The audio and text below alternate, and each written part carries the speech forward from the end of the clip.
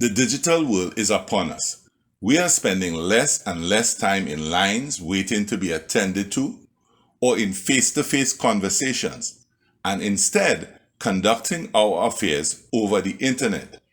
Just as there are thieves waiting with guns and knives to steal your cash, there are robbers waiting on the internet to steal your cash, and even more importantly, your information, which they turn into cash. We cannot get away from the digital world, so you have to learn to be safe in it. You have to know how to protect yourself from hackers. Passwords have been and will continue to be one of the means of protecting access to your personal information. Unfortunately, too many people use short, easy to remember passwords. Often, these are dictionary words. However, passwords that are easy to remember are also easy to hack. For best protection, you should use strong passwords, which are a combination of uppercase and lowercase letters, numbers, and special characters, and should be at least 8 characters or more. Passwords should be changed at least once every 6 months. While passwords are a form of protecting your personal information, in today's world, with hackers everywhere, they are no longer enough. Whenever possible, you should now be using what is known as two-factor authentication. Under this process, you enter your password, and then the website or institution sends you a code, often in a text message to your cell phone, that you enter that then gives access. With two-factor authentication, it's much harder for hackers to access your accounts, because even if the hackers know your password, they would not have received the text message and so cannot gain access to your account. With so much of your life affairs taking place online, whether shopping, banking, insurance, you are forced into having multiple accounts, and each requires a password. The temptation for you is to either use the same password for all accounts or to write all your passwords down on paper. When you use the same password for all accounts, if the hacker discovers your password, then they can get access to all of your accounts. So you should have different passwords for each account. But keeping track of all these passwords, remembering which password is for which account, is a headache. So there is the temptation to write your passwords down on paper. But now you run the risk that if you lose that paper, you cannot remember the password and cannot access the account. Or worse, if that paper is stolen, the thief gets access to all your accounts. So how do you securely manage having multiple passwords? The answer is to use a password manager. But how do you choose which one? How do you choose which password manager? There are several things that you should look for when choosing a password manager. Firstly, does it use strong encryption and up-to-date security measures? The program should strongly advocate for additional security, such as two-factor authentication and biometrics like fingerprint and facial recognition technology. Also, is it compatible with your hardware and software? People store personal details on phones, tablets, and desktop or laptop computers. So your password manager has to go everywhere. Check that it works on all your operating systems and has an extension for your favorite browser. Research the syncing capabilities for multiple devices.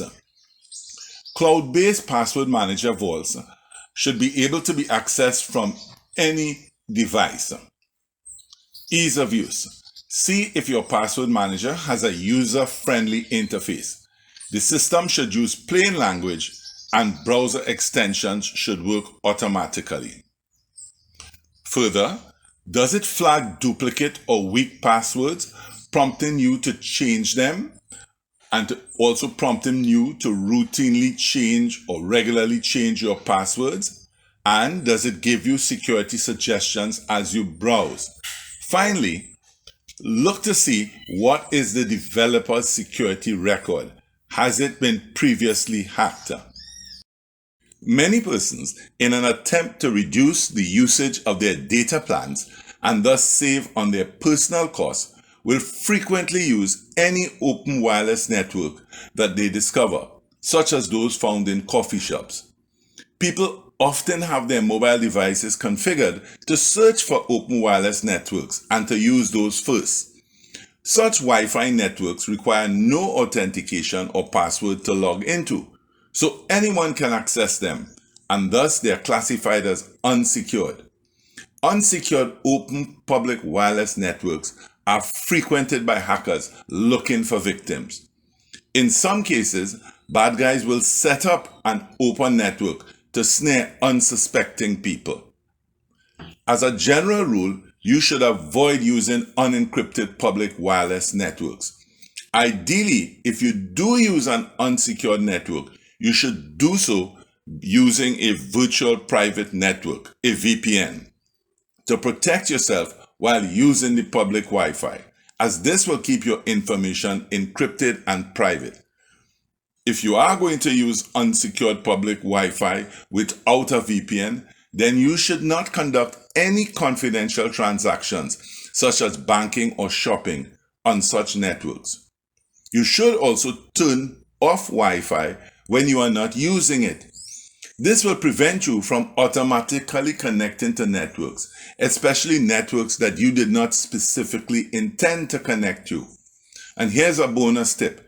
By turning off Wi-Fi when you are not using it, you will extend your device's battery life, because then your device will not be constantly polling, trying to connect to various websites and apps. The phrase, "there is an app for that," is heard all the time, and indeed it seems like there's an app for everything. However, not all apps are benign and secure. You need to become more deliberate about accepting app privileges. When a new app is installed on your phone, it often requests access to certain privileges, like your location. This collection of data may be necessary for the app to function, but some apps could be less trustworthy. Take special care with smaller, less common apps.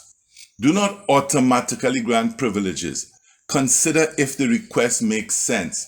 If it doesn't, don't grant access.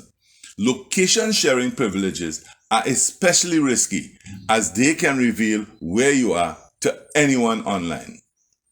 Close all apps when you're not using them. This will save battery life, reduce your data use, thus saving you money. Most importantly, closing the app will prevent unintended connections, as the app will not be able to activate and connect without you knowing. One of the frequent ways that people's accounts are hacked is when they click on a link that comes to them in an email or in a social media post. That link then takes them to a fake web page that mimics the real web page, where they ask for a username and password, and in some cases will even be asked for their credit card number. Once the hackers have this information, they raid your account and then try the username and password on other sites to see if you have used the same ones there. You should be highly skeptical of all links that come to you in emails or in social media posts. So you should check the URL when you get an email offer. Check who the email came from, not just the name shown. Check the actual URL or full email address. You should also watch out for links with shortened domain addresses, as crooks use these to hide their real internet location. Never click on a link unless you're sure it's taking you to the correct site by carefully checking the URL address shown in your browser. Be aware that hackers will sometimes use a web address that is almost identical to the real web address with just one letter change. Rather than clicking on the link, it is better to independently go to the correct website and check your account there. Increasingly, the devices in our homes are connected via Wi-Fi, and so the home network becomes a weak point that hackers can use to infiltrate and gain our information. So your home network must be made secure by checking and using security settings on any connected devices and appliances in your home. You need to make sure that your routers, modems, printers, and switches have been configured with strong passwords that you have created, and that your Wi-Fi is secure with a strong password that you have created. Trusted antivirus software should be installed on all devices.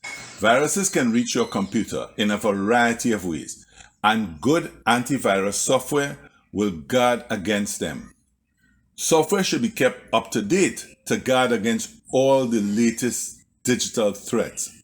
A further part of your protection is to avoid leaving devices on standby for long periods of time. Instead, computers should be restarted and updated on a regular basis. This enables software providers to upgrade any potential flaw in their system and add the highest level of protection to maintain the optimal cyber security. Many individuals unknowingly reveal private or sensitive information on their public social channels. Something as simple as posting a photo that you are on vacation could provide the impetus for someone to break into your home.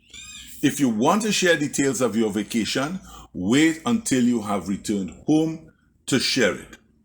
Social media accounts should be kept private, so only trusted friends and family can view your posts.